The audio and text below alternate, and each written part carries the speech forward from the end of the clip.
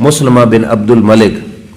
उमवी दौर था, उस ज़माने में ये किसी काफरों के इलाके में गए जंग करने के लिए। मुसलमानों का लश्कर जिस वक़्त काफरों से लड़ने के लिए गया तो काफरों ने क्या किया, बड़ी बड़ी दीवारों के किले बनाए हुए होते थे और मेन दरवाजे होते थे। उन्होंने दरवाज़ा बंद किया और किले के अंदर काफिर छुप गए। किले की ऊपर वाली दीवारों पे उनकी फौज आके बैठ गई और क्या करती कि किले के करीब भी मुसलमानों को न लगने देते। जो मुसलमान आगे आने लगता ऊपर से तीर बरसाते कि मुसलमान आगे की तरफ बढ़ भी न पाए। अब मामला ऐसा हो गया कि वापस छोड़ के जाएं तो ये भी ठीक नहीं, और इलाका तो फतह करना है। मुसलमानों ने जहां पे कदम रखे फतह के झंडे लहराए। मुसलमानों के जर्नैल इसी मुसलमा बिन अब्दुल मलिक उमवी ने अपनी फौज से मशवरा किया कि यार इस मसले का हल क्या है, अब हम ये इलाका कैसे फतह करें।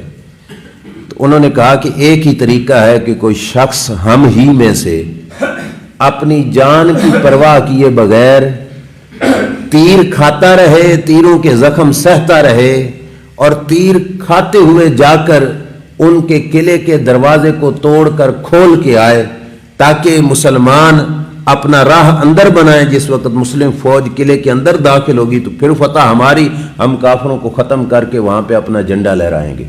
कोई एक शख्स ऐसा हो जो जान की परवाह किए बगैर तीर खाते हुए दरवाजे से अंदर दाखिल हो।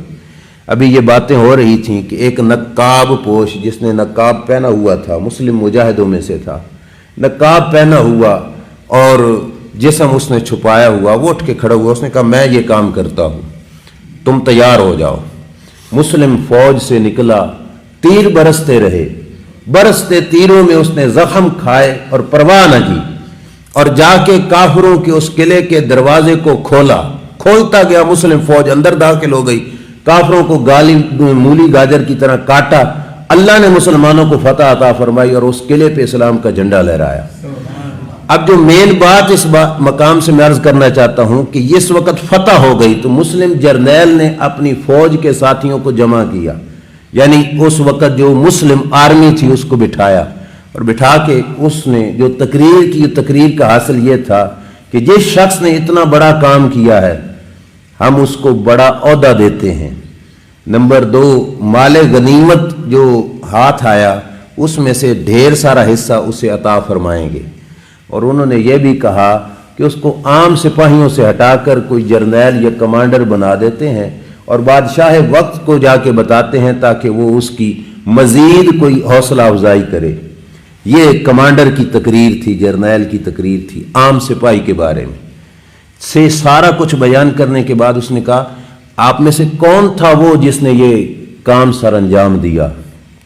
हैरान हो गए ये रोशन पहलू देखकर कि इतनी फैसिलिटीज सुनने के बाद भी फौज का मुजाहिद कोई उठने को तैयार भी नहीं है। कोई भी नहीं उठ रहा कि कौन था इन्हीं में से, लेकिन उठ कोई नहीं रहा। उन्होंने बार बार पूछा लेकिन कोई शख्स उठने का नाम नहीं ले रहा था।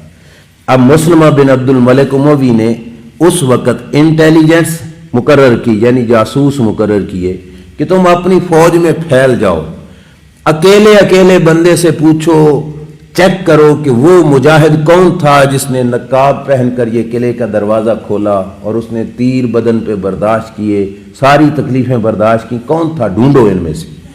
इंटेलिजेंस कायम हो गई। इंटेलिजेंस का जो ऑफिसर था उसके पास एक शख्स आया, उसने कहा कि मैंने अपने जर्नैल से मुलाकात करनी है। ने कहा तुम वही हो? कहा मैं उसकी कुछ खबर दूंगा तुम्हें, मुझे मुलाकात करने दो। वो मुसलमा बिन अब्दुल मलिक उमवी से जाके मिला। कहा भाई वो नकाब पोश तुम्हें मिलेगा, सही तुम्हें मिलेगा, तुम्हारे सामने आएगा, लेकिन उसकी 3 शर्तें हैं, वो तुम मान लो तो उस नकाब पोश को तुम्हारे साथ मुलाकात मैं करा दूंगा। अब तवज्जो से 3 शर्तें सुनना। वो 3 शर्तें क्या थीं? पहली शर्त यह है कि वो कहता है कि न मेरा नाम पूछा जाए, न मेरा एड्रेस पता पूछा जाए, मैं कौन हूं, कहां से हूं, क्या हूं, ये न पूछा जाए मुझसे। मुलाकात करेगा लेकिन वो कहता है ना नाम पूछा जाए ना मेरा पता पूछा जाए। नंबर 2, उसकी शर्त यह है कि माले गनीमत में से तुमने कहा कि ज्यादा हिस्सा मिलेगा, मेरा ज्यादा हिस्सा न रखा जाए, जितना आम मुजाहिद को मिले इतना ही मैं वसूल करूंगा।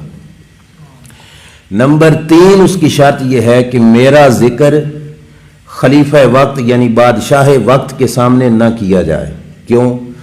میری اس بہادری کا اس کی شرط یہ ہے کہ اگر اس بہادری کا ذکر بادشاہ سے کرو گے تو بادشاہ کی خصوصی توجہ ہو جائے گی میری طرف اور خاص طور پر وہ مجھے کچھ سہولتیں دے گا. یہ میں نہیں چاہتا، لہٰذا میرا ذکر بادشاہ وقت سے بھی بالکل نہ کیا جائے. یہ 3 شرطیں ہیں.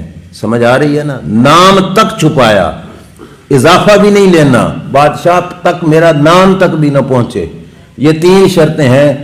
اے کمانڈر مسلم جرنیل فوج کے، یہ 3 شرطیں مانتے ہو تو ملاقات ہو جائے گی آپ کی. مسلمہ بن عبد الملک اموی نے کہا مجھے 3 شرطیں منظور ہیں لیکن بندہ تو ملے.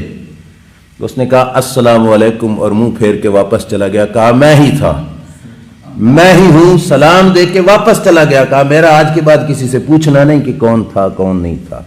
حضرت مسلمہ بن عبد الملک کہتے ہیں کہ ساری زندگی گزر گئی، مجھے نہیں پتا چلا کہ وہ مرد مجاہد کون تھا. لیکن کہا کہ اتنا ضرور ہے میں جب بھی نماز پڑھتا ہوں تو میں رب سے دعا کرتا ہوں کہ مولا کل بروز قیامت جنت میں مجھے اس مجاہد کا پڑوس عطا فرما.